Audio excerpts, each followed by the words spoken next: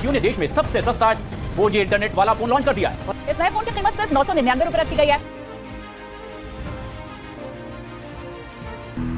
India में 4G data revolution लाने वाला जियो 44 करोड़ सब्सक्राइबर के साथ इंडिया की नंबर 1 टेलीकॉम कंपनी है और सेकंड नंबर पे मौजूद अपने कंपटीटर एयरटेल से 20 करोड़ ज़्यादा यूजर्स होने के बावजूद भी जियो अपने बिजनेस को एक्सपैंड करने में कोई कसर नहीं छोड़ रहा है। इसके लिए चाहे फिर उन्हें अनलिमिटेड 5G डाटा ऑफर करना हो या फिर जियो सिनेमा पे फ्री IPL दिखाना हो। अभी हाल ही में जियो ने 4G फीचर फोन लॉन्च किया है जिसका प्राइस ओनली 999 है। जियो का ऐसा एस्टिमेशन है उनके इस मूव से वो 25 करोड़ से भी ज्यादा यूजर्स जो 2G फोन यूज कर रहे हैं वो 4G पे स्विच हो पाएंगे और इस तरह वो 2G मुक्त भारत बनाएंगे। लेकिन क्या सच में जियो के इस फोन में इतना पोटेंशियल है कि वो 2G मुक्त भारत बना पाए?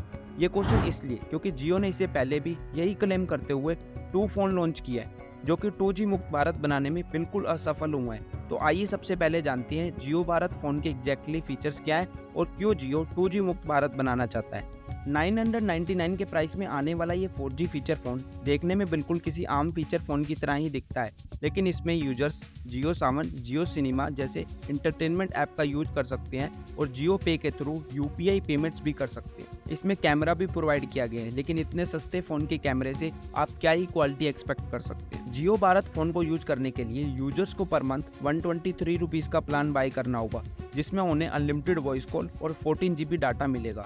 यहाँ पे जियो का क्लेम है कि सिमिलर टाइप के प्लान के लिए अदर कंपनीज 179 रुपीज चार्ज कर रही है जिसमें वो सिर्फ 2 GB डाटा प्रोवाइड करती है। यानी कि जियो का unlimited voice plan other plan से 56 रुपीज सस्ता है और 12 GB डाटा भी ज़्यादा प्रोवाइड करता है। देखने में तो ये ऑफर काफ़ी अट्रैक्टिव लग रहा है, बट क्या ये जियो के सब्सक्राइबर बेस इंक्रीज करने के लिए सफिशिएंट होगा? जो लोग सिर्फ कॉलिंग के लिए फीचर्स फ़ोन यूज करते हैं वो 56 रुपीज़ सेव करने के लिए 1000 में एक न्यू फ़ोन बाय करना चाहेंगे, बिकॉज इस 1000 की कॉस्ट को रिकवर करने में उन्हें 18 मंथ्स लगेंगे। और वहीं अगर इस फ़ोन को कोई जियो सिनेमा जैसी इंटरटेनमेंट ऑप्शन को यूज करने के लिए कर रहा है तो क्या इतनी स्मॉल स्क्रीन पे वो इसका एक्सपीरियंस कर पाएंगे? I think no.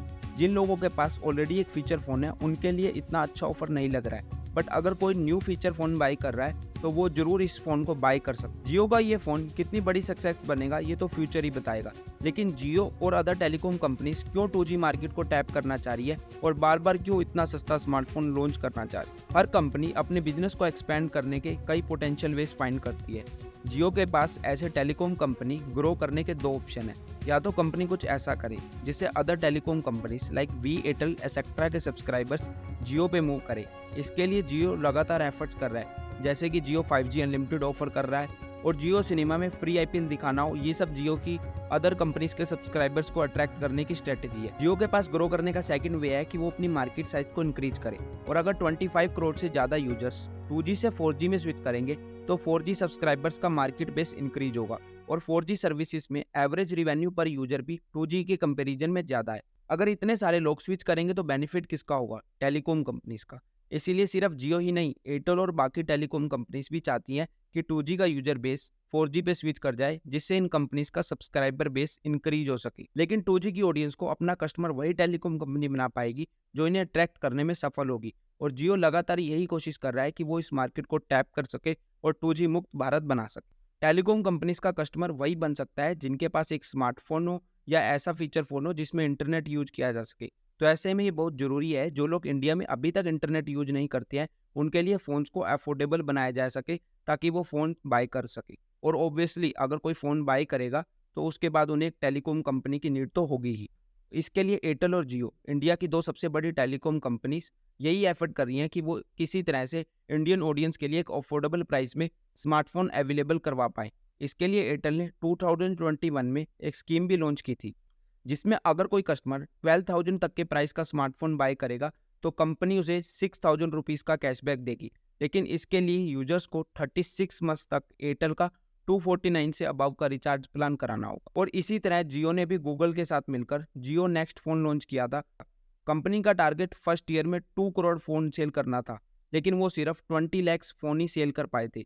और वर्ल्ड के इस सबसे सस्ते स्मार्टफोन को बनाने के लिए गूगल ने जियो में $4.5 बिलियन की इन्वेस्टमेंट की थी। स्मार्टफोन को बनाने के लिए हार्डवेयर की रिस्पॉन्सिबिलिटी जियो की थी और सॉफ्टवेयर डेवलपमेंट करने की रिस्पॉन्सिबिलिटी गूगल की थी, क्योंकि प्रोडक्ट इंडियन मार्केट के लिए बनाना था और जियो को इंडियन मार्केट का गूगल से ज़्यादा एक्सपीरियंस है तो pricing, distribution and marketing strategy की रिस्पॉन्सिबिलिटी भी जियो की थी। जियो नेक्स्ट फोन 4 नवंबर 2021 को 6500 के प्राइस पे लॉन्च किया गया, जो कि मार्केट के लिए बहुत डिसअपॉइंटेड था और फेलियर का एक सबसे बड़ा रीजन था, बिकॉज मार्केट की प्राइस एक्सपेक्टेशन 3000 से 4000 तक थी। 5000 से 6000 की प्राइस रेंज में तो ऑलरेडी कई कंपनी स्मार्टफोन ऑफर कर रही थी। प्राइस ओनली कंसर्न नहीं था, इस प्राइस में मिलने वाली स्पेसिफिकेशन भी बहुत एवरेज थी। 2GB RAM and 32GB inbuilt storage, 30 megapixel का रियर कैमरा एंड 8 मेगापिक्सल का फ्रंट कैमरा, 3500 mAh की battery, dual SIM and Qualcomm Snapdragon QM215 processor. ये सब फ़ोन की स्पेसिफिकेशन थी जो कि ऑन पेपर तो सही लग रही है, बट एक्चुअल में यूज करने में फ़ोन में कई तरह के इशू थे। इस फ़ोन के चिपसेट के लिए जियो ने क्वालकॉम के साथ डील की थी।